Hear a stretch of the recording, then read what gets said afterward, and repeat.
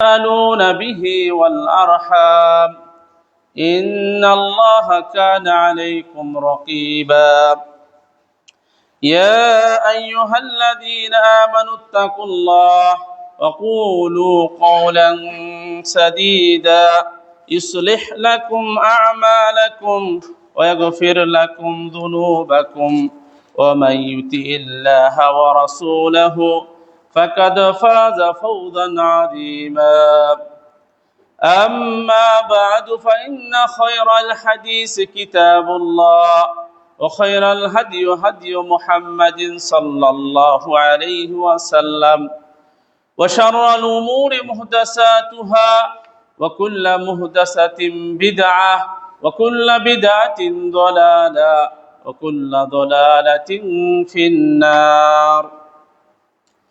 قال الله تعالى في كلامه المجيد: ثاني اثنين إذ هما في الغار إذ يقول لصاحبه ولا تحزن إن الله معنا.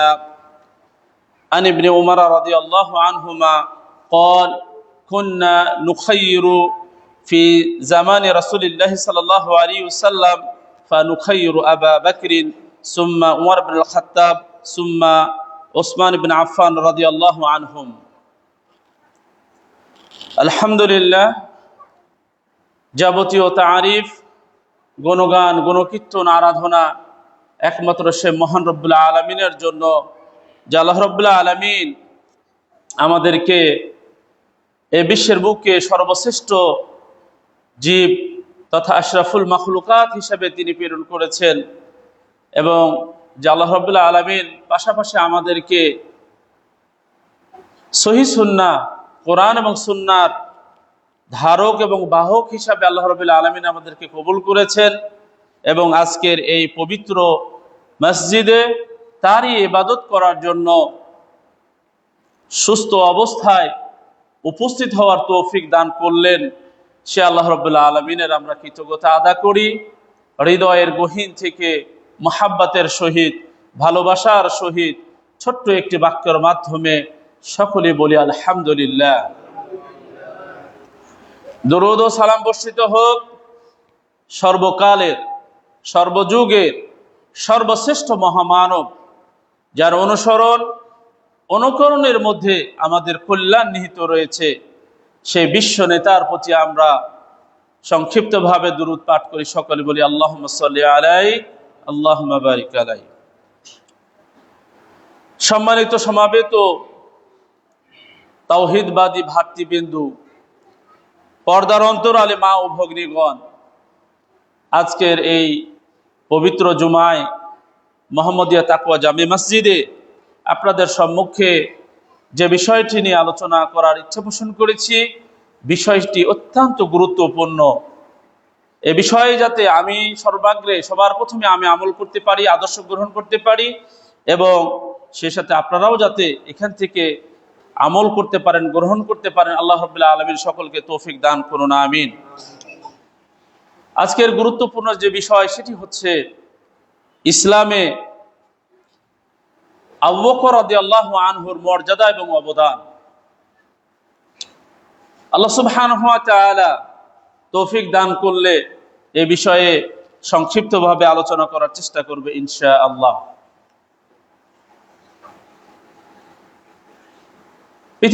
পৃথিবীতে যত নবী এবং রাসূল এসেছেন, আগমন করেছেন, এই নবী এবং রাসূলের পর সবচেয়ে সম্মান এবং মর্যাদার অধিকারী হলেন আবু বকর রাদিয়াল্লাহু আনহু। আহলে সুন্নাহ ওয়াল জামাতের ঐক্যমতে, ইজমা অনুসারে আবু বকর রাদিয়াল্লাহু আনহু তিনি হচ্ছেন সর্বশ্রেষ্ঠ নবী এবং রাসূলের পরে। এই আবু বকর রাদিয়াল্লাহু আনহু তিনি রাসূল সাল্লাল্লাহু আলাইহি ওয়াসাল্লামের যে দাওয়াত তিনি দিয়েছিলেন, যারা প্রাপ্তবয়স্ক পুরুষ তাদের মধ্যে সর্বপ্রথম ইসলাম গ্রহণকারী সাহাবীর মধ্যে অন্যতম হচ্ছেন আবু বকর রাদিয়াল্লাহু আনহু। আল্লাহ রাসূল সাল্লাল্লাহু আলাইহি ওয়াসাল্লাম তিনি যাদেরকে দাওয়াত দিয়েছিলেন এই ইসলামের, প্রত্যেকেই তারা সময় নিয়েছে চিন্তা ভাবনা করার, ইসলাম গ্রহণ করার ক্ষেত্রে। কিন্তু একমাত্র সাহাবী আবু বকর রাদিয়াল্লাহু আনহু, যিনি বিনা দ্বিধায় সংকোচ ছাড়াই সাথে সাথে তিনি কি করেছেন, আল্লাহ রাসূল দাওয়াত দেওয়ার সাথে সাথে তিনি ইসলাম কবুল করেছেন। সুবহানাল্লাহ। এবং এই আবু বকর রাদিয়াল্লাহু আনহু যখন আল্লাহ রাসূল সাল্লাল্লাহু আলাইহি ওয়াসাল্লাম তার স্ত্রী খাদিজাকে হারালেন এবং তার চাচা আবু তালেবকে হারালেন, এবং তিনি যখন মক্কার কাফেরদের দ্বারা নির্যাতিত হয়ে ইসলাম তারা গ্রহণ করতে বাধা দান করলো, সে মুহূর্তে রাসূল সাল্লাল্লাহু আলাইহি ওয়াসাল্লাম তিনি তায়েফে গেলেন। তায়েফ থেকেও যখন তিনি রক্তাক্ত ভারাক্রান্ত হৃদয় নিয়ে ফিরে আসলেন, ঠিক এই কঠিন মুহূর্তে আল্লাহ সুবহানাহু ওয়া তাআলা রাসূল সাল্লাল্লাহু আলাইহি ওয়াসাল্লামকে সান্ত্বনা দেওয়ার জন্য তাকে তিনি ইসরা এবং মেরাজের ব্যবস্থা করলেন। কিন্তু আল্লাহ রাসূল সাল্লাল্লাহু আলাইহি ওয়াসাল্লাম যখন এই ইসরা এবং মেরাজ থেকে ফিরে আসলেন, তখন মক্কার যারা অবিশ্বাসী ছিল তারা কোনোভাবে এটা মেনে নিতে পারেনি যে আল্লাহ রাসূল সাল্লাল্লাহু আলাইহি ওয়াসাল্লাম তিনি এই অল্প সময়ের মধ্যে কিভাবে তিনি এই মক্কা থেকে তিনি বাইতুল মাকদাস ফিলিস্তিনে গেলেন এবং সেখান থেকে তিনি সপ্ত আসমান ভেদ করে সে আল্লাহ রাব্বুল আলামিনের সাথে সাক্ষাৎ করলেন, তার সাথে দেখা করে আসলেন। এটা তারা কোনোভাবে মেনে নিতে পারে নাই। যখন তারা এই বিষয়টি আবু বকর রাদিয়াল্লাহু আনহুর কাছে উপস্থাপন করলো যে তোমার নবী মুহাম্মদ সাল্লাল্লাহু আলাইহি ওয়াসাল্লাম তিনি এই বিষয়গুলো উপস্থাপন করেছেন আমাদের কাছে, আমরা তো এটাকে বিশ্বাস করি না, তোমার মত কি, তোমার কি চিন্তা ভাবনা? তিনি সাথে সাথে তিনি বলেছিলেন, যদি এটা বিশ্বনবী মুহাম্মদ রাসূলুল্লাহ সাল্লাল্লাহু আলাইহি ওয়াসাল্লাম তিনি বলে থাকেন তাহলে আমি এটা বিশ্বাস করি। তখন থেকেই আল্লাহ রাসূল সাল্লাল্লাহু আলাইহি ওয়াসাল্লাম তাকে সিদ্দিক উপাধিতে তাকে ভূষিত করেছিলেন। সম্মানিত উপস্থিতি, আবু বকর রাদিয়াল্লাহু আনহুর ঈমানকে যদি এক পাল্লায় রাখা হয় আর এই উম্মতের সকল মানুষের ঈমানকে যদি এক পাল্লায় রাখা হয়, তাহলে আবু বকর রাদিয়াল্লাহু আনহুর ঈমানের পাল্লায় ভারী হবে। সুবহানাল্লাহ। তো এরকম মর্যাদাশীল একজন সাহাবী ছিলেন আবু বকর রাদিয়াল্লাহু আনহু, যার ইসলামে অনেক সম্মান রয়েছে, অনেক মর্যাদা রয়েছে, অনেক অবদান রয়েছে।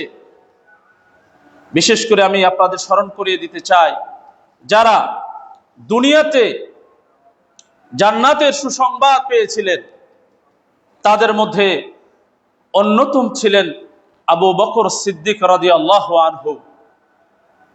ইসলামের যে চারজন খলিফা ছিল তাদের মধ্যে প্রথম খলিফা ছিলেন কে? আবু বকর রাদিয়াল্লাহু আনহু। এবং সম্মানিত উপস্থিতি, আল কোরআনুল কারীম সর্বপ্রথম যে সংকলন করা হয়, জমা করা হয়, এর প্রথম ব্যক্তি কে ছিলেন? আবু বকর রাদিয়াল্লাহু আনহু। এবং আবু বকর রাদিয়াল্লাহু আনহু তিনি আল্লাহ রাসূল সাল্লাল্লাহু আলাইহি ওয়াসাল্লাম যে মৃত্যুবরণ করলেন, ইন্তেকাল করেছিলেন, এ কথা সাহাবীরা কেউ বিশ্বাস করছিল না। তারা এটা কোনোভাবে চিন্তা ভাবনা তাদের মাথায় আসছিলই না যে আল্লাহ রাসূল ইন্তেকাল করতে পারেন, তিনি মৃত্যুবরণ করতে পারেন। কিন্তু আবু বকর রাদিয়াল্লাহু আনহু তিনি এই তাদের সামনে উপস্থাপন করেছিলেন এবং তাদেরকে বিষয়টা নিশ্চিত করেছিলেন। এবং নবী এবং রাসূলরা ইন্তেকাল করলে কোথায় তাকে দাফন কাফন করতে হবে এটার সর্বপ্রথম তিনি সমাধান দিয়েছিলেন, তিনি ছিলেন আবু বকর রাদিয়াল্লাহু আনহু। তিনি বলেছিলেন যে নবী এবং রাসূল যারা ইন্তেকাল করে, যে জায়গায় ইন্তেকাল করে, সেখানেই তাদেরকে দাফন করতে হয়, তাদেরকে কবর দিতে হয়। এবং নবী এবং রাসূল তারা ইন্তেকাল করলে তাদের সম্পদের ওয়ারিস অন্য কেউ হবে না, এটা সিদ্ধান্ত দিয়েছিলেন আবু বকর রাদিয়াল্লাহু আনহু। এবং সর্বপ্রথম বাইতুল মাল, কোষাগার যে স্থাপন করা, এটা করেছিলেন কে? আবু বকর রাদিয়াল্লাহু আনহু। তো অনেক গুণে, অনেক সম্মানে এবং মর্যাদার অধিকারী ছিলেন আবু বকর রাদিয়াল্লাহু আনহু। তা আমরা ইনশাআল্লাহ পর্যায়ক্রমে এই বিষয়গুলো আমরা আপনাদের সম্মুখে উপস্থাপন করব ইনশাআল্লাহ। আবু বকর রাদিয়াল্লাহু আনহু তিনি রাসূল সাল্লাল্লাহু আলাইহি ওয়াসাল্লামের জন্মের 2 বছর পরে তিনি মক্কাতে জন্মগ্রহণ করেছেন। তার নাম হচ্ছে আব্দুল্লাহ এবং তার পিতার নাম হচ্ছে কুহাফা বা উসমান। এই আবু বকর রাদিয়াল্লাহু আনহুর বংশ পরম্পরা রাসূল সাল্লাল্লাহু আলাইহি ওয়াসাল্লামের বংশের সঙ্গে মিলিত হয়েছে, ষষ্ঠ পর্যায়ে গিয়ে, ষষ্ঠ ধাপে গিয়ে সেখানে মিলিত হয়েছে। এবং এই আবু বকর রাদিয়াল্লাহু আনহু তিনি মক্কার কুরাইশ বংশের গোত্রের আত-তাইম গোত্রে তিনি জন্মগ্রহণ করেছেন। সম্ভ্রান্ত পরিবারে তিনি অর্থ, সম্পদ এবং ব্যবসায়ের দিক থেকে অন্যতম তিনি ছিলেন। এবং মক্কায় যে সমস্ত নেতৃবর্গ ছিল তাদের মধ্যে আবু বকর রাদিয়াল্লাহু আনহু অন্যতম, তিনি একজন দায়িত্বশীল ছিলেন। তিনি ছোটকাল থেকেই তিনি কোনো সময় পুত্তলোকের সঙ্গে অর্থাৎ মূর্তি পূজার সঙ্গে তিনি জড়িত ছিলেন না, এবং তিনি কোনোভাবেই আপনার কি এই নেশার সঙ্গে তিনি জড়িত ছিলেন না আবু বকর রাদিয়াল্লাহু আনহু। সম্মানিত উপস্থিতি, তাই আবু বকর রাদিয়াল্লাহু আনহু তিনি রাসূল সাল্লাল্লাহু আলাইহি ওয়াসাল্লামের ইসলাম গ্রহণের পর থেকেই একেবারে ঘনিষ্ঠ, তার সঙ্গে সব সময় তিনি চলতেন। আমরা শুরুতে উল্লেখ করেছি যে আল্লাহ রাসূল সাল্লাল্লাহু আলাইহি ওয়াসাল্লাম তিনি যাদেরকে দাওয়াত দিয়েছিলেন তাদের মধ্যে এই আবু বকর রাদিয়াল্লাহু আনহু তিনি বিনা দ্বিধায়, সন্দিহান ভাবেই তিনি কি করেছিলেন? ইসলামের ছায়াতলে এসেছিলেন। এবং তিনি ইসলাম গ্রহণের পর থেকে তিনি সবচেয়ে বেশি দাওয়াতি কার্যক্রম করেছেন এবং মানুষদেরকে ইসলামের পথে তিনি নিয়ে এসেছেন। জান্নাতের যারা সুসংবাদ প্রাপ্ত 10 জন সাহাবী, তার অধিকাংশই আবু বকর রাদিয়াল্লাহু আনহুর দাওয়াতে তারা ইসলাম গ্রহণ করেছিলেন। ইসলামের প্রাথমিক সময়ে যখন মুসলমানদের সংখ্যা 38 জন, ঠিক সেই মুহূর্তে আবু বকর রাদিয়াল্লাহু আনহু রাসূল সাল্লাল্লাহু আলাইহি ওয়াসাল্লামের কাছ থেকে অনুমতি নিয়ে তিনি কাবার গৃহে প্রবেশ করেছিলেন। এবং এক একজন এক এক পাশে তারা অবস্থান করছিল। ঠিক সে মুহূর্তে আবু বকর রাদিয়াল্লাহু আনহু তিনি প্রকাশ্যে সবাইকে, এই কাফেরদেরকে, মুশরিকদেরকে তিনি ইসলামের তিনি দাওয়াত দিলেন। এবং এই দাওয়াত দেওয়ার ফলে কাফেররা তার উপর ঝাঁপিয়ে পড়েছিল এবং তাকে রক্তাক্ত করেছিল এবং তাকে এমনভাবে প্রহার করা হয় যে তিনি জ্ঞান হারিয়ে ফেলেন। পরবর্তীতে আবু বকর রাদিয়াল্লাহু আনহুর পরিবারের লোকেরা এসে তাকে তার বাসায় নিয়ে যায়। যখন আবু বকর রাদিয়াল্লাহু আনহু রাত্রে জ্ঞান ফিরে পান, সাথে সাথে তিনি জিজ্ঞাসা করেন যে রাসূল সাল্লাল্লাহু আলাইহি ওয়াসাল্লাম তিনি কেমন আছেন। তাকে জানানো হয় যে রাসূল ভালো আছেন, কিন্তু তিনি কোনোভাবে এটা আল্লাহ রাসূলকে স্বচক্ষে দেখা ছাড়া তিনি বিশ্বাস করছিলেন না। তার আম্মা তাকে খাবারের জন্য খাবার সামনে নিয়ে আসলেও তিনি সেটা প্রত্যাখ্যান করেন, তিনি খাবার গ্রহণ করেন না। যতক্ষণ না তিনি রাসূলকে স্বচক্ষে দেখবেন ততক্ষণ পর্যন্ত তিনি খাবার গ্রহণ করবেন না। আবু বকর রাদিয়াল্লাহু আনহুকে দারুল আরকামে নিয়ে যাওয়া হলো। আল্লাহ রাসূলকে স্বচক্ষে দেখলেন। আল্লাহ রাসূল আবু বকর রাদিয়াল্লাহু আনহুকে জড়ায়ে ধরলেন এবং তারা কুশল বিনয় করলেন, জিজ্ঞাসা করলেন। তা কতটা তাদের মধ্যে ভালোবাসা ছিল, দিনই ভালোবাসা তাদের মধ্যে ছিল, যে তিনি আল্লাহ রসুলকে দেখা ছাড়া যে আল্লাহ রসুলের কি অবস্থায় আছেন তিনি তাছাড়া সেটা তিনি গ্রহণ করছিলেন না খাবার। কতটা ভালোবাসা তাদের প্রতি আল্লাহ রসুলের প্রতি ছিল। সম্মানিত উপস্থিতি, বিশেষ করে আপনাদের স্মরণ করাই দিতে চাই, যারা ইসলাম গ্রহণ করেছিল প্রাথমিক পর্যায়ে, তাদের প্রতি যে নির্যাতন হয়েছিল, তাদের প্রতি যে জুলুম হয়েছিল, বিশেষ করে যারা কৃতদাস ছিল তাদের প্রতি অনেক জুলুম নির্যাতন চালানো হয়েছিল। বিশেষ করে বেলাল বিন রবাহ রাদিয়াল্লাহু আনহু, তাকে উত্তপ্ত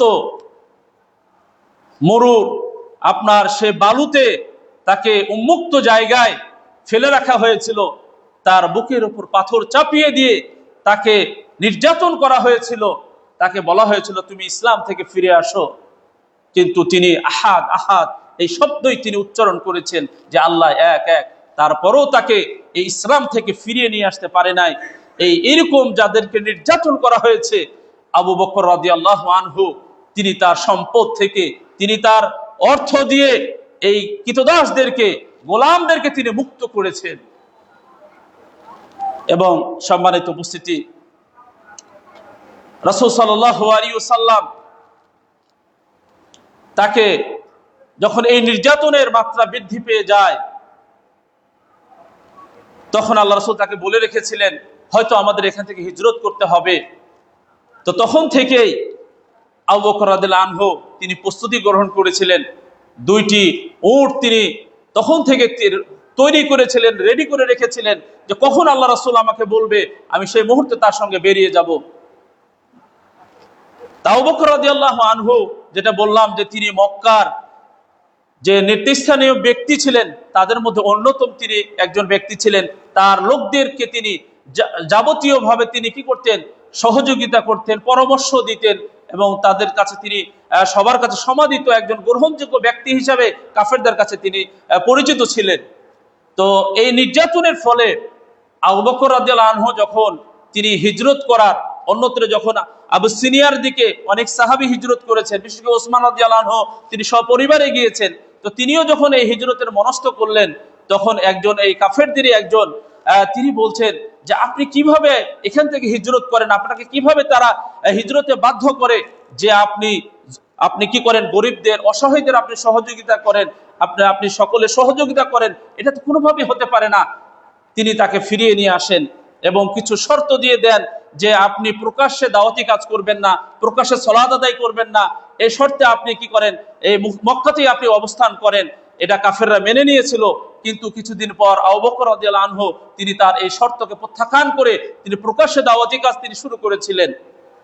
তো সম্মানিত উপস্থিতি, এবং আবু বকর রাদিয়াল্লাহু আনহু তিনি এই বংশ পরম্পরা যে সিলসিলা বা ধারাবাহিকতা, এই জ্ঞানে তিনি সবচেয়ে বেশি পারদর্শী ছিলেন এই মক্কার এই কুরাইশদের মধ্যে। তো আবু বকর রাদিয়াল্লাহু আনহু তিনি এইভাবে প্রস্তুতি নিচ্ছিলেন যে যেহেতু জুলুম নির্যাতন বৃদ্ধি হতেই আছে, কখন আল্লাহ রাসূল সাল্লাল্লাহু আলাইহি ওয়াসাল্লাম তাকে বলবেন যে হে আবু বকর আমাদেরকে এখন বের হয়ে যেতে হবে। কারণ রাসূল সাল্লাল্লাহু আলাইহি ওয়াসাল্লাম সকালে বিকালে তিনি এই আবু বকর রাদিয়াল্লাহু আনহু তিনি বাসায় আসতেন এবং তার সঙ্গে বসতেন এবং বিভিন্ন বিষয়ে কথাবার্তা বলতেন।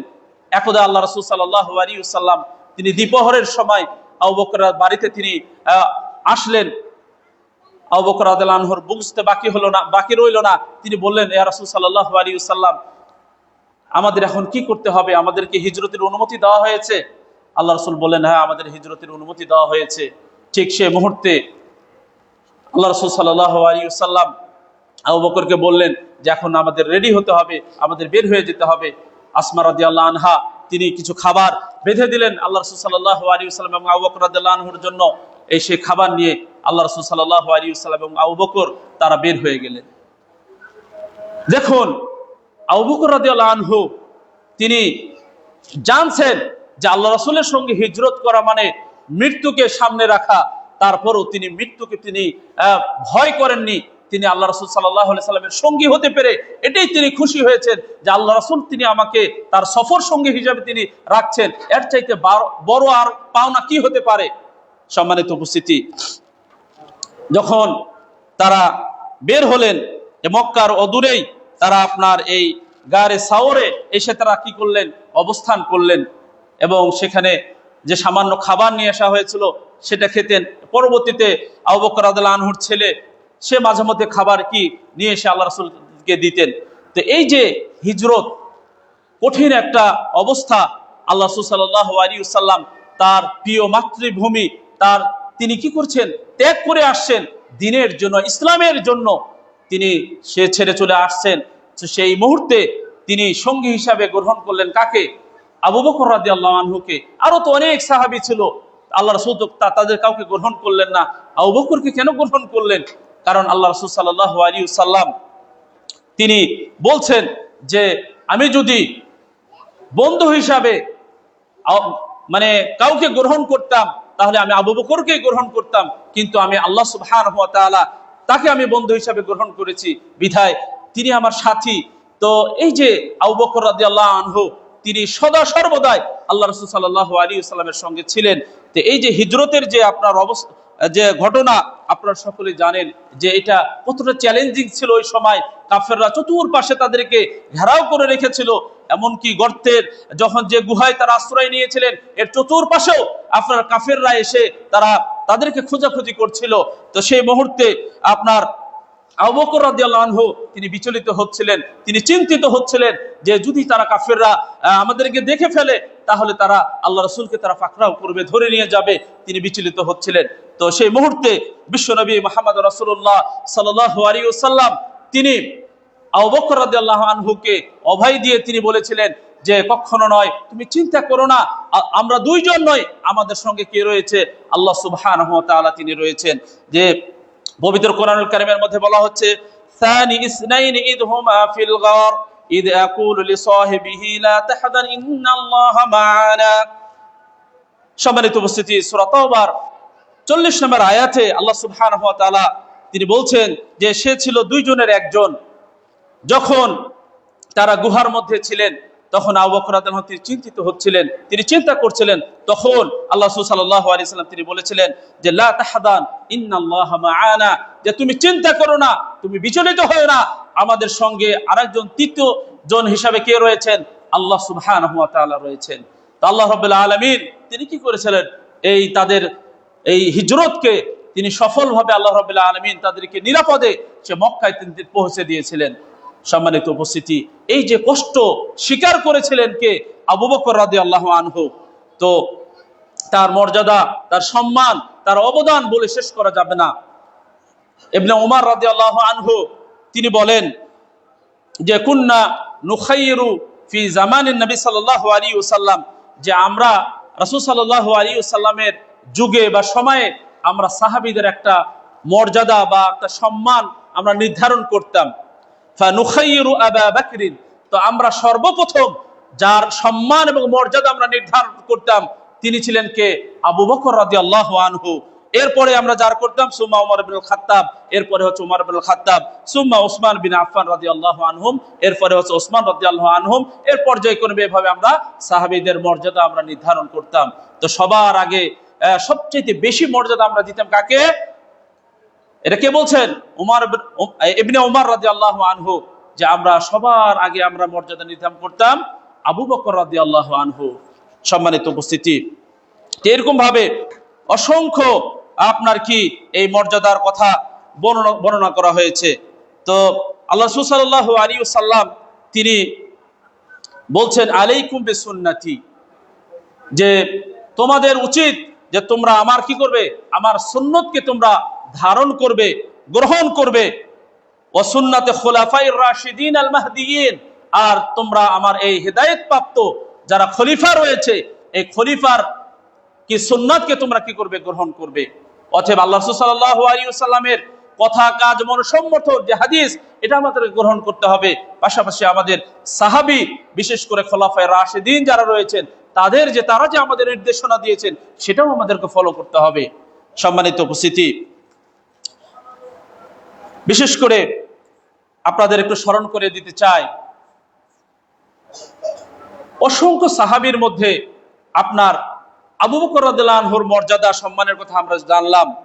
তো এই যে সাহাবী রয়েছেন, এই সাহাবীদেরকে আমাদের মতোই যারা নিজেদেরকে মুসলিম হিসেবে দাবি করে তথাকথিত শিয়া সম্প্রদায়, তারা কিন্তু এই আবু বকর রাদিয়াল্লাহু আনহুকে, আয়েশা রাদিয়াল্লাহু আনহাকে, ওমর ইবনুল খাত্তাব রাদিয়াল্লাহু আনহুকে এবং উসমান বিন আফফান রাদিয়াল্লাহু আনহুকে তারা স্বীকৃতি দেয় না এবং তারা মেনেও নেয় না। এবং আবু বকর রাদিয়াল্লাহু আনহু যে মুসলিমদের প্রথম খলিফা, এটাও তারা মেনে নেয় না।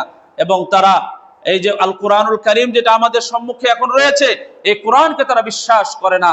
কিন্তু তারা মুসলিম এবং তারা মুসলিম রাষ্ট্র হিসেবেই তারা কি আমাদের কাছে সবার কাছে পরিচিত। তা আমরা কি আসলে এই শিয়া সম্প্রদায় সম্পর্কে কতটুকু জানি? তারা এই মুসলিম বেশ ধারণ করে সবচেয়ে মুসলিমদের কি করেছে? বেশি ক্ষতি করেছে।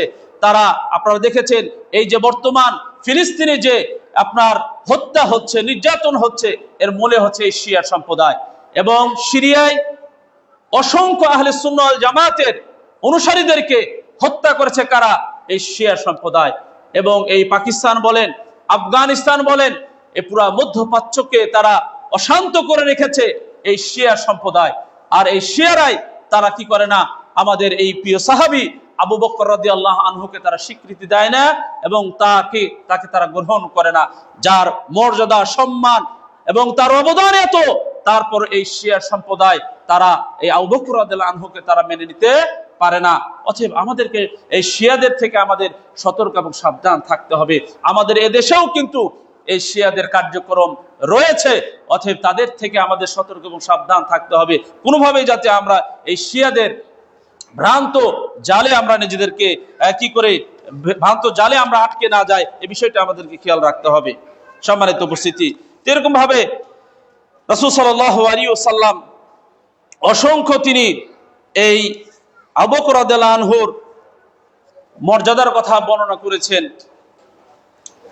রাসূল সাল্লাল্লাহু আলাইহি ওয়াসাল্লাম একটি হাদিস, যে হাদিসটি আবু দারদা থেকে বর্ণিত, তিনি বলেন যে কুনতু জালিসান ইনদান নবী সাল্লাল্লাহু আলাইহি ওয়াসাল্লাম, যে একদা আমরা আল্লাহ রাসূল সাল্লাল্লাহু আলাইহি ওয়াসাল্লামের কাছে আমরা কি ছিলাম? বসেছিলাম। ঠিক সে মুহূর্তে আবু বকর রাদিয়াল্লাহু আনহু তার লুঙ্গি ধরে একটু উঁচু করে তিনি চলে আসছেন। তো এটা দেখে রাসূল সাল্লাল্লাহু আলাইহি ওয়াসাল্লাম তিনি সাহাবীদেরকে উদ্দেশ্য করে বলছেন যে তোমার দেখো, তোমাদের এই সাথী মনে কারোর সঙ্গে ঝগড়া করে সে আসছে। ঠিক সে মুহূর্তে সে যখন আগমন করলে রাসূল সাল্লাল্লাহু আলাইহি ওয়াসাল্লাম তাকে জিজ্ঞাসা করলেন যে তোমার কি হয়েছে? সাথে সাথে সে বলল যে আল্লাহ রাসূল, যে আমার এবং উমরের মাঝে একটি বিষয় নিয়ে একটু দ্বন্দ্ব হয়েছে।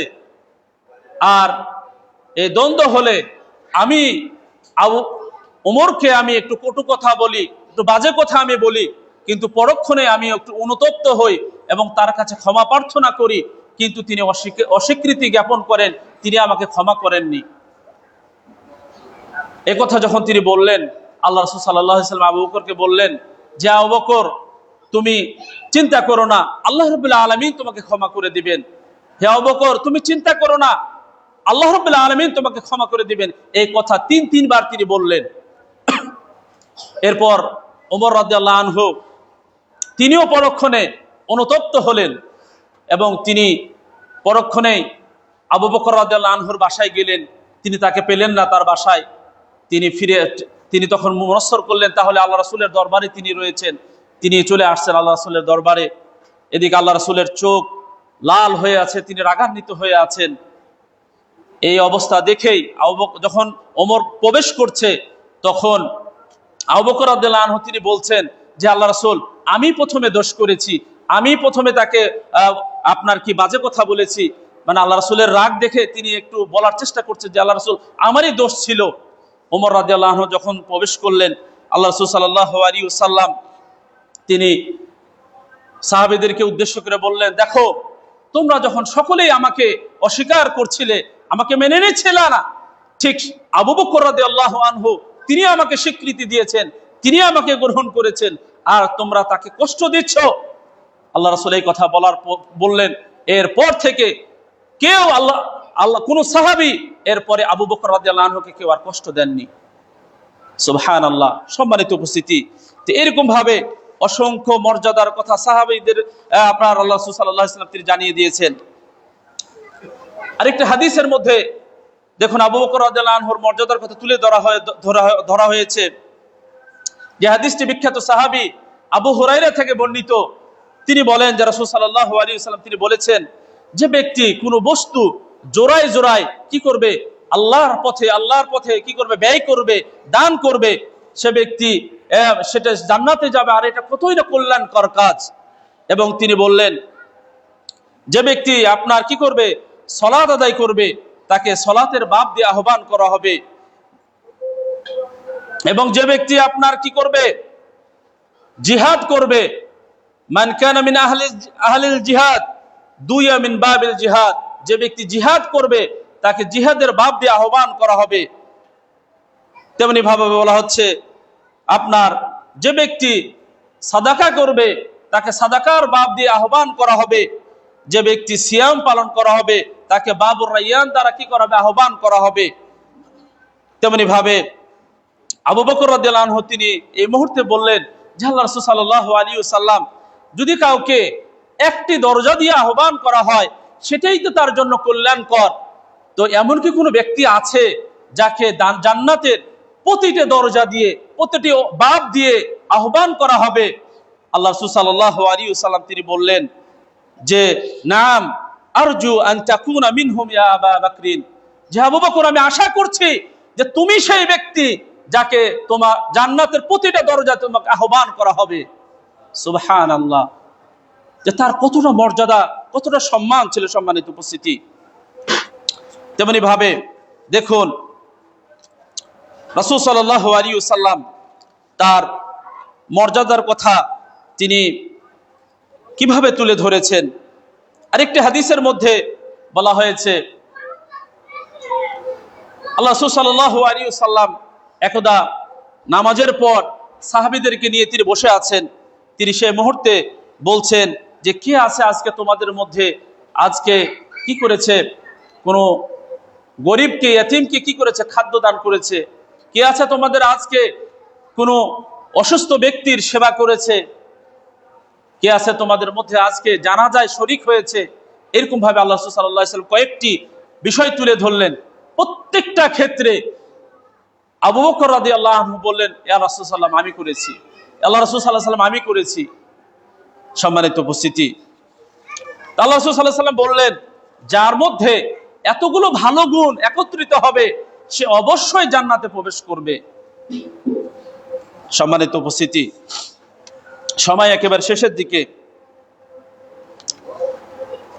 সংক্ষিপ্ত ভাবে বলছি কারণ এই অল্প সময়ের মধ্যে এরকম একজন সাহাবীর জীবনী, মর্যাদা এবং অবদান আলোচনা করে শেষ করা যাবে না। দেখুন আল্লাহ রাসূল সাল্লাল্লাহু আলাইহি ওয়াসাল্লাম তিনি যখন ইন্তেকাল করলেন, সাহাবীরা বিশ্বাস করেনি যে আল্লাহ রাসূল সাল্লাল্লাহু আলাইহি ওয়াসাল্লাম তিনি মৃত্যুবরণ করবেন বা মৃত্যুবরণ করেছেন। এমনকি উমরের মতো সাহাবী তিনি খোলা তরবারি নিয়ে তিনি দাঁড়িয়ে গেছেন, যে বলবে আল্লাহর রাসূল ইন্তেকাল করেছেন তার গর্দানকে তার বডি থেকে, শরীর থেকে আলাদা করে দেওয়া হবে।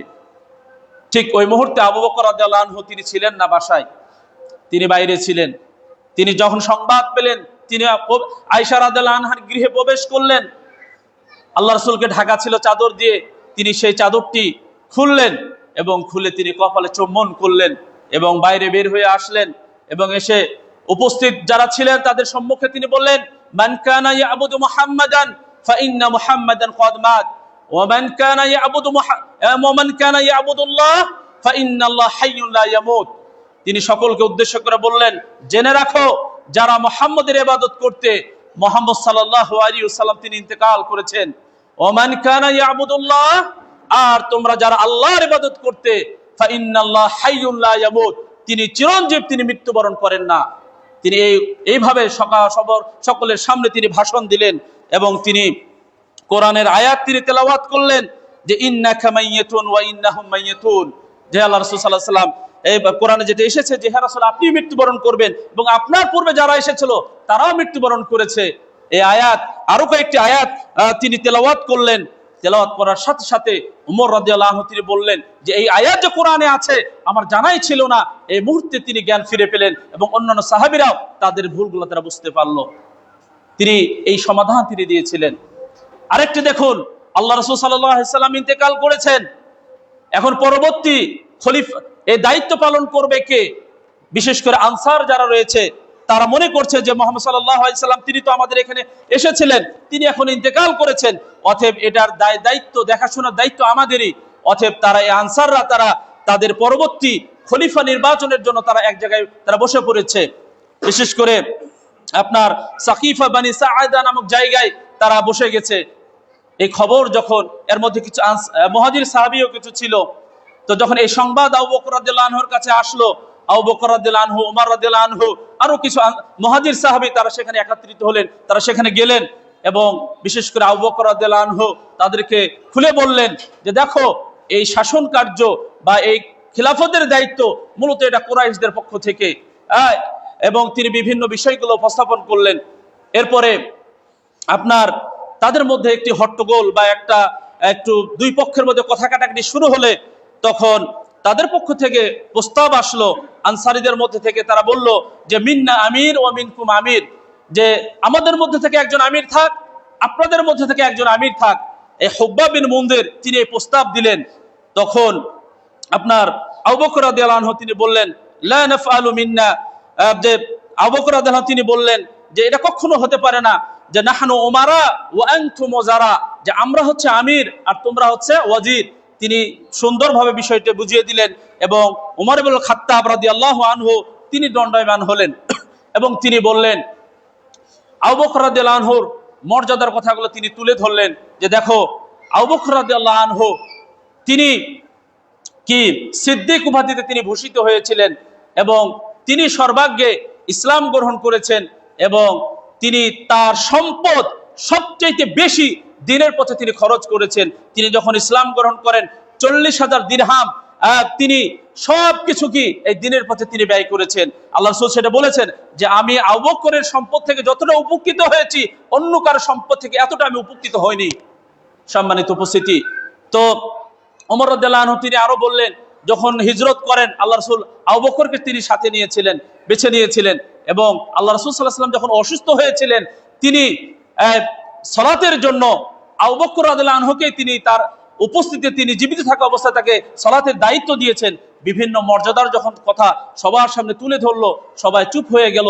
ওমর রাদিয়াল্লাহু আনহু তিনি আবু বকরের হাত ধরে তিনি বায়াত করলেন, সাথে সাথে উপস্থিত যারা সাহাবী ছিল তারাও বায়াত করলো। এবার এটা হলো প্রথম দিন বায়াতে খাসা, এটা হচ্ছে আপনার খাস বায়াত। পরবর্তী দিনে আপনার কি আমভাবে কি আপনার বায়াত হয়েছিল, যেখানে অন্যান্য সাহাবী সবাই ছিল। কারণ আলী রাদিয়াল্লাহু আনহু সেই মুহূর্তে তিনি আপনার রাসূল সাল্লাল্লাহু আলাইহি ওয়াসাল্লামের কাফন দাফন নিয়ে তিনি ব্যস্ত ছিলেন, তিনি এই জায়গায় ছিলেন না। এই জন্য শিয়ারা বলে থাকে যে আলী রাদিয়াল্লাহু আনহু আবু বকরের বায়াত তিনি গ্রহণ করেননি, তারা এটা বলে থাকে। অথচ বায়াতে আম্মা যে তিনি হয়েছে সাধারণ বায়াত, সেখানে আবু বকর রাদিয়াল্লাহু আনহু উপস্থিত ছিলেন এবং সকলেই তারা বায়াত গ্রহণ করেছেন। তো সম্মানিত উপস্থিতি, তো এটা এইভাবে আবু বকর রাদিয়াল্লাহু আনহু তিনি খেলাফতের দায়িত্বে আসলেন এবং আসার পর তিনি উপস্থিত সাধারণ সকলকে তিনি উদ্দেশ্য করে বলেছিলেন যে দেখো আমি তো এই দায়িত্বের জন্য আমি কি যোগ্য নয়, আমাকে তোমরা দায়িত্ব দিয়েছ, অতএব তোমরা আমাকে সহযোগিতা করবে। আমি যদি ন্যায়ের পথে থাকি, ইনসাফের পথে থাকি, তাহলে অবশ্যই তোমরা আমাকে কি সহযোগিতা করবে। এভাবে তিনি কি ভাষণ দিয়েছিলেন।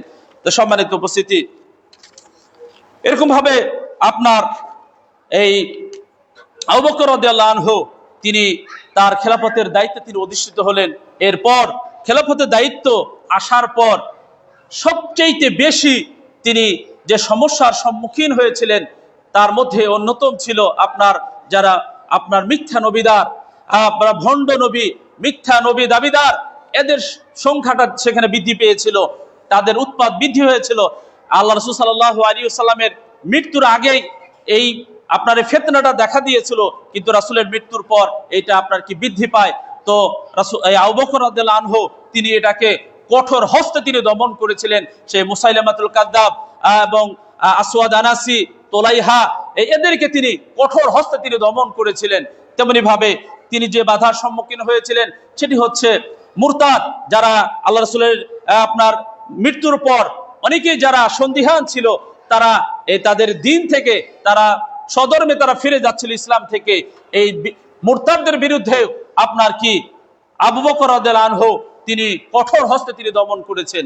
ঠিক তেমনি ভাবে জাকাত অস্বীকারী, আপনার আল্লাহ রাসূল সাল্লাল্লাহু আলাইহি ওয়াসাল্লাম নাই, এখন তার জাকাত দেওয়ার প্রয়োজন নেই, যে এক প্রকার যারা এরকম সম্প্রদায় ছিল, বিশেষ করে এক্ষেত্রে আপনার অন্যান্য সাহাবী তাদের পক্ষে সুপারিশ করেছিল যে তারা এটা বলছে অসুবিধা নেই, তাদেরকে ছাড় দেওয়া হোক। কিন্তু আবু বকর রাদিয়াল্লাহু আনহু তিনি প্রকৃত ইসলাম বুঝেছিলেন, ইসলাম সম্পর্কে তার বেশি ধারণা ছিল, জ্ঞান ছিল, বিধায় তিনি কোনোভাবে এটা কি করেননি, তিনি ছাড় দেননি, তিনি তাদেরকে কঠোর হস্তে দমন করেছেন। সম্মানিত উপস্থিতি, বিশেষ করে তিনি বলেছিলেন যারা সালাত এবং যাকাতের মধ্যে পার্থক্য করবে আমি তাদের বিরুদ্ধে যুদ্ধ ঘোষণা করলাম। তো ওমর ইবনুল খাত্তাবের মতো সাহাবী বলেছিল, তো তারা তো কালেমা স্বীকার করছে, ইসলামকে স্বীকার করছে, আপনি কিভাবে তাদের বিরুদ্ধে যুদ্ধ করবেন? তিনি বলেছিলেন না, যারা আল্লাহ রাসূল সাল্লাল্লাহু আলাইহি ওয়াসাল্লামের সময় যাকাত দিয়েছে, এখন যারা পার্থক্য করছে, যাকাত দিবে না, আমি তাদের বিরুদ্ধে অবশ্যই আমি যুদ্ধ করব।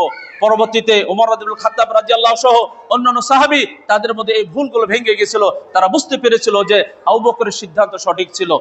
সম্মানিত উপস্থিতি, এইভাবে আবু বকর রাদিয়াল্লাহু আনহু তিনি কি করেছিলেন, আপনার এই বিষয়গুলো তিনি কঠোর হস্তে তিনি দমন করেছিলেন তার আপনার কি খেলাফত লাভ করার পরে। তা আবু বকর রাদিয়াল্লাহু আনহু অনেক কাজ তিনি করেছেন তার অল্প সময়ের মধ্যে, অর্থাৎ তিনি 2 বছরের মধ্যেই অনেক কাজ তিনি করেছেন। বিশেষ করে আপনার এই যে বাইতুল মাল প্রতিষ্ঠা করা, যেটা ইতিপূর্বে ছিল না, আপনার কোষাগার বাইতুল মাল, এটা তিনি প্রতিষ্ঠা করেছিলেন। এবং এই যে ভণ্ড নবীদের যুদ্ধ, বিশেষ করে এই ইয়ামামার যুদ্ধে অনেক সাহাবী, বলা হয় 70 বা তার অধিক সাহাবী সেই যুদ্ধে মারা যাওয়ার ফলে ওমর রাদিয়াল্লাহু আনহু তিনি আবু বকরকে বললেন যে এভাবে যদি হাফেজে কোরআন শেষ হয়ে যায় তাহলে তো কোরআন বিলুপ্ত হয়ে যাবে, অথবা কোরআনকে লিপিবদ্ধ করা দরকার, একত্রিত করা দরকার। তো আবু বকর রাদিয়াল্লাহু আনহু তিনি বলেছিলেন যে কাজটি বিশ্বনবী মুহাম্মদ সাল্লাল্লাহু আলাইহি ওয়াসাল্লাম তিনি করেননি, আমি এই কাজ করতে পারবো না। ওমর রাদিয়াল্লাহু আনহু বারবার তার কাছে এসেছেন, মুরাজা করেছেন, তাকে পরামর্শ দিয়েছেন। তখন আল্লাহ রাব্বুল আলামিন আবু বকর রাদিয়াল্লাহু আনহুর অন্তরকে প্রশস্ত করে দিলেন। আবু বকর রাদিয়াল্লাহু আনহু যায়েদ বিন সাবিতকে দিয়ে তিনি এই কোরআনকে সংরক্ষণ করার জন্য, জমা করার জন্য তিনি কি দিলেন, নির্দেশ প্রদান করলেন। সম্মানিত উপস্থিতি, এই সর্বপ্রথম কোরআনকে জমা করার যে নির্দেশ প্রদান করেন তিনি কে ছিলেন? আবু বকর রাদিয়াল্লাহু আনহু। পরবর্তীতে ওসমান রাদিয়াল্লাহু আনহু তিনি এটাকে পূর্ণাঙ্গ রূপ তিনি দিয়েছেন, এর জন্য তাকে জামিউল কোরআন বলা হয় ওসমান রাদিয়াল্লাহু আনহুকে। কিন্তু প্রথম যিনি শুরু করেন তিনি ছিলেন কে? আবু বকর রাদিয়াল্লাহু আনহু।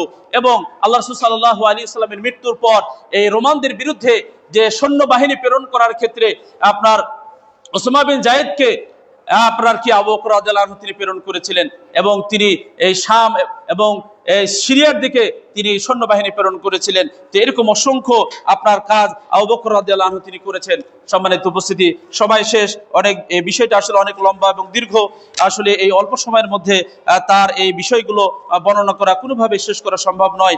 তো আবু বকর রাদিয়াল্লাহু আনহু তিনি 11 থেকে 13 হিজরি, অর্থাৎ আপনার 632 থেকে 634 খ্রিস্টাব্দ পর্যন্ত, অর্থাৎ 2 বছর 3 মাস 22 দিন তিনি কি এই খেলাফতের দায়িত্ব পালন করেছিলেন। তিনি ইসলামের প্রথম খলিফা ছিলেন। এর পরবর্তী যিনি খলিফা ছিলেন তিনি হচ্ছেন ওমর ইবনুল খাত্তাব, তিনি দ্বিতীয় খলিফা।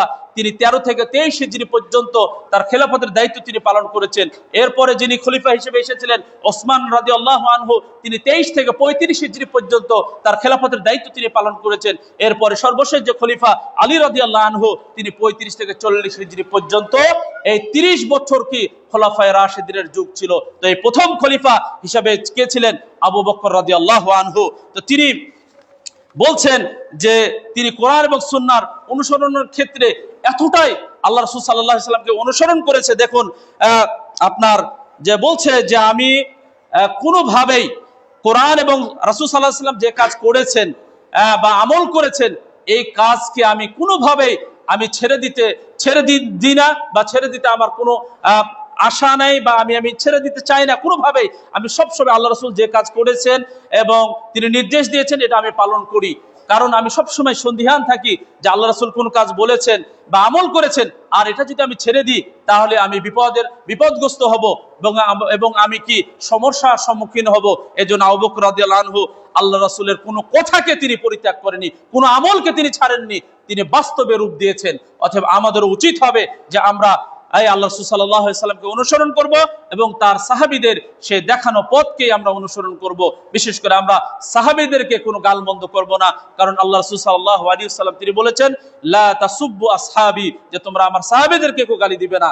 অতএব সাহাবীদের আপনার সিফিনের যুদ্ধে কি হয়েছে, তারপরে আপনার এই উষ্টির যুদ্ধে কি হয়েছে, সাহাবীদের এই পর্যালোচনা, অমুককে দোষী সাব্যস্ত করা, অমুককে ভালো সাব্যস্ত করা, এগুলো থেকে বিরত থাকতে হবে। কারণ আহলে সুন্নাহ ওয়াল জামাতের কথা হচ্ছে যে আল্লাহ রাব্বুল আলামিন তাদের প্রতি রাজি হয়েছে, তাদের উভয়ের পক্ষে। অতএব আমি আপনি তাদের বিরুদ্ধে সমালোচনা করা, কথা বলা, এটা বন্ধ রাখতে হবে। তাদের বিরুদ্ধে কোনো কথাই আমাদের বলা যাবে, চুপ থাকতে হবে। এটাই হচ্ছে আহলে সুন্নাহ ওয়াল জামাতের নিয়ম এবং বিধান। অতএব আসুন আমরা সাহাবায়ে কেরামের সেই আদর্শকে গ্রহণ করি এবং আমাদের প্রিয় নবী মুহাম্মদ সাল্লাল্লাহু আলাইহি ওয়াসাল্লামের আদর্শকে গ্রহণ করি। আল্লাহ সুবহানাহু ওয়া তাআলা আমাদের সকলকে কবুল করুন, আমিন। বারাকাল্লাহু লি ওয়া লাকুম ফিল কোরআনিল আযীম ওয়া নাফা'নি ওয়া ইয়্যাকুম রহিম। আলহামদুলিল্লাহি রাব্বিল আলামিন ওয়াল আকিবাতু লিল মুত্তাকিন والصلاة والسلام على نبينا محمد وعلى آله وصحبه أجمعين أما بعد إن الله وملائكته يصلون على النبي يا أيها الذين آمنوا صلوا عليه وسلموا تسليما اللهم صل على محمد وعلى آل محمد كما صليت على إبراهيم وعلى آل إبراهيم إنك حميد مجيد اللهم بارك على محمد وعلى آل محمد كما باركت على إبراهيم وعلى آل إبراهيم إنك حميد مجيد। সম্মানিত উপস্থিতি, অনেকে দোয়া চেয়েছেন, আমরা তাদের জন্য দোয়া করি। আল্লাহ রাব্বুল আলামিন যারা অসুস্থ রয়েছেন তাদেরকে শিফায়ে কামেলা আজালা দান করুন, আমিন। যারা বিপদগ্রস্ত রয়েছেন আল্লাহ সুবহানাহু ওয়া তাআলা তাদের বিপদকে দূরীভূত করুন। যারা ঋণগ্রস্ত রয়েছেন আল্লাহ রাব্বুল আলামিন তাদের ঋণকে পরিশোধ করার তৌফিক দান করুন। বিশেষ করে আমরা আমাদের মুসলিম ভাই যারা ফিলিস্তিন, সিরিয়া এবং যারা বিপদগ্রস্ত রয়েছে আল্লাহ রাব্বুল আলামিন তাদেরকে হেফাজত দান করুন, তাদেরকে নিরাপত্তা দান করুন, তাদের ভূখণ্ডকে আল্লাহ রাব্বুল আলামিন ফিরিয়ে দিন। সেই অভিশপ্ত ইহুদিকে আল্লাহ রাব্বুল আলামিন ধ্বংস করে দিন ইয়া রাব্বুল আলামিন। এবং আমাদের এই বাংলাদেশকে, আমাদের এই ভূখণ্ডকে শত্রুদের হাত থেকে রক্ষা করুন এবং আমাদের এই বাংলাদেশের শান্তি, শৃঙ্খলা, নিরাপত্তা দান করুন। এই দোয়া আমরা সবসময় করি, আল্লাহ রাব্বুল আলামিন সেটা কবুল করুন, আমিন। সম্মানিত উপস্থিতি, অতএব আমরা জানলাম আবু বকর রাদিয়াল্লাহু আনহুর যে মর্যাদা এবং সম্মানের কথা, এগুলো যাতে আমরা সেখান থেকে আমাদের জীবনে আমরা শিক্ষা নিই যে তিনি কত বড় দানবীর ছিলেন। সেটা আপনারা জানেন যে আল্লাহ রাসূল সাল্লাল্লাহু আলাইহি ওয়াসাল্লাম তিনি একদা তাবুক যুদ্ধের জন্য তিনি নির্দেশ প্রদান করলেন সাহাবীদেরকে, তোমরা যে যা পারো তোমাদের সব সম্পদ তোমরা একত্রিত করে নিয়ে আসো। তো সবাই যার যার মতো নিয়ে আসলো। ওমর রাদিয়াল্লাহু আনহু তিনি কোনো সময় আবু বকরকে পারতেন না। তিনি মনে করলেন এবার তার সম্পদের অর্ধেক সম্পদ তিনি সব কি করবেন, আল্লাহর রাস্তায় দান করবেন। তিনি সব তার সম্পদের অর্ধেক সম্পদ তিনি নিয়ে আসলেন। তো আল্লাহ রাসূল সব সম্পদ দেখে তিনি পরিসংখ্যান করলেন, জিজ্ঞাসা করলেন। এক পর্যায়ে যখন ওমর রাদিয়াল্লাহু আনহুকে বললেন যে ওমর রাদিয়াল্লাহু আনহু তুমি তোমার সম্পদের কি পরিমাণ নিয়ে এসেছো, বললো যে আল্লাহ রাসূল আমার এই সম্পদের সমপরিমাণ আমি নিয়ে এসেছি, অর্থাৎ আমি অর্ধেক নিয়ে এসেছি, অর্ধেক রেখে এসেছি। আবু বকর রাদিয়াল্লাহু আনহুকে জিজ্ঞাসা করা হলো যে আবু বকর তুমি কি নিয়ে এসেছো? সে বলল আমার বাসায় আমি আমার আল্লাহ এবং তার রাসূলকে রেখে এসেছি, আর কিছুই রেখে আসেনি, সব সম্পদ আমি নিয়ে এসেছি। ওমর রাদিয়াল্লাহু আনহু তিনি বললেন আবু বকর আমি আর তোমার সঙ্গে কোনোদিন আমি প্রতিযোগিতা করব না, তোমার সঙ্গে আমি পারবো না। অতএব সম্মানিত ভাইয়েরা, তিনি এত বড় দাতা ছিলেন, এত বড় দানবীর ছিলেন যে তার সব সম্পদ তিনি দিনের পথে ব্যয় করেছেন। তা আমরা উদাত্ত আহ্বান রাখতে চাই আপনাদেরকে, এই যে মোহাম্মদিয়া তাকওয়া জামে মসজিদে আপনারা দেখছেন এই অবস্থা, পাশে মহিলাদের সালাত আদায় হচ্ছে, পাশে এই যে আপনার টিন শেড, এটার একটা কমপ্লেক্স, সুন্দর একটা কমপ্লেক্স আমাদের সম্মানিত মুতাওয়াল্লি সাহেব এবং অন্যান্য কমিটি বৃন্দ তারা চেষ্টা করে যাচ্ছেন। এই জন্য আপনারা মুক্ত হস্তে এই মসজিদের জন্য আপনারা সাদাকা জারিয়া হিসেবে আপনারা যে যতটুকু পারেন, আজকে কালকে যখন যেটা আপনাদের সম্ভব হবে, এটা আপনাদের প্রতিষ্ঠান, এখানে মাদ্রাসাও চালু করা হয়েছে। অতএব এই প্রতিষ্ঠানের প্রতি সুদৃষ্টি সকলের কামনা করছি। সাহাবীরা যেভাবে তাদের ধন সম্পদ দিনের জন্য উজাড় করে দিয়েছে, জান মাল তারা বিলিয়ে দিয়েছেন, আমাদেরকেও এগিয়ে আসতে হবে। আল্লাহ সুবহানাহু ওয়া তাআলা আমাদের সকলকে কবুল করুন, আমিন। রব্বানা আতিনা ফিদ দুনিয়া হাসানা ওয়া ফিল আখিরাতি হাসানাতাও ওয়া কিনা আযাবান নার। সুবহানাকাল্লাহুম্মা বিহামদিকা আশহাদু আল লা ইলাহা ইল্লা আনতা আস্তাগফিরুকা ওয়া আতুবু ইলাইক। কুমু লিস-সালাহ।